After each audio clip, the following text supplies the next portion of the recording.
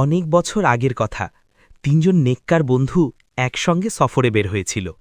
দিন শেষে আকাশ হঠাৎ অন্ধকার হয়ে এলো। শুরু হলো প্রচণ্ড বৃষ্টি।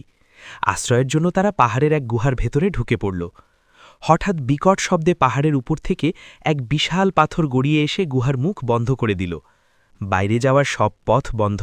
ভেতরে অন্ধকার, খাবার নেই, সাহায্যের কোনো উপায় নেই।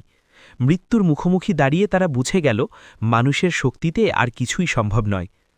তখন তাদের একজন বলল, আমরা সবাই আল্লাহর কাছে নিজেদের সবচেয়ে খাঁটি সৎকাজের কথা তুলে ধরি। যদি সেই কাজ আল্লাহর কাছে কবুল হয়ে থাকে তবে তিনিই আমাদের বাঁচাতে পারেন। সবাই এতে একমত হল। প্রথম ব্যক্তি বলল, হে আল্লাহ, আমার বৃদ্ধ মা বাবা ছিল। প্রতিদিন রাতে আমি তাদের আগে কখনো স্ত্রী সন্তানকেও দুধ দিতাম না। একদিন দেরিতে ফিরে দেখি তারা ঘুমিয়ে পড়েছে। দুধ হাতে নিয়ে সারা রাত দাঁড়িয়েছিলাম, জাগাইনি, ফেলে দেইনি। যদি আমি এই কাজ শুধু তোমার সন্তুষ্টির জন্য করে থাকি তবে আমাদের এই বিপদ থেকে মুক্তি দাও। তার দোয়ার সঙ্গে সঙ্গেই পাথরটি একটু সরে গেল, কিন্তু বের হওয়ার মতো নয়। দ্বিতীয় ব্যক্তি বলল, হে আল্লাহ, আমি এক নারীকে অত্যন্ত ভালোবাসতাম। একদিন সে অভাবের কারণে আমার কাছে সাহায্য চাইলে আমি তাকে গুনাহের প্রস্তাব দিই। যখন আমি তার কাছে পৌঁছাই সে বলেছিল, আল্লাহকে ভয় করো। সেই কথা শুনে আমি তাকে ছেড়ে দিই এবং দেওয়া স্বর্ণও ফেরত দিই।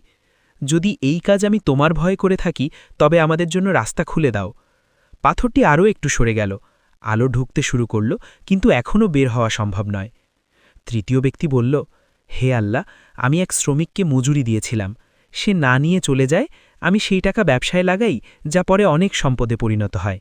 বহুদিন পর সে ফিরে এলে আমি তাকে পুরো সম্পদটাই দিয়ে দিই। যদি আমি এটা তোমার সন্তুষ্টির জন্য করে থাকি তবে আমাদের সম্পূর্ণ মুক্তি দাও। এই দোয়ার পরেই আল্লাহর কুদরতে পাথরটি পুরোপুরি সরে গেল। তিন বন্ধু আলোর মুখ দেখল, তারা বেঁচে গেল।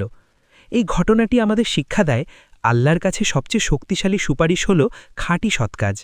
নিয়ত যদি হয় বিশুদ্ধ, কাজ যদি হয় আল্লাহর জন্য, তবে অসম্ভবও সম্ভব হয়ে যায়। যখন সব দরজা বন্ধ হয়ে যায় তখন সৎকাজই আল্লাহর দরবারে শেষ আশ্রয় হয়ে দাঁড়ায়।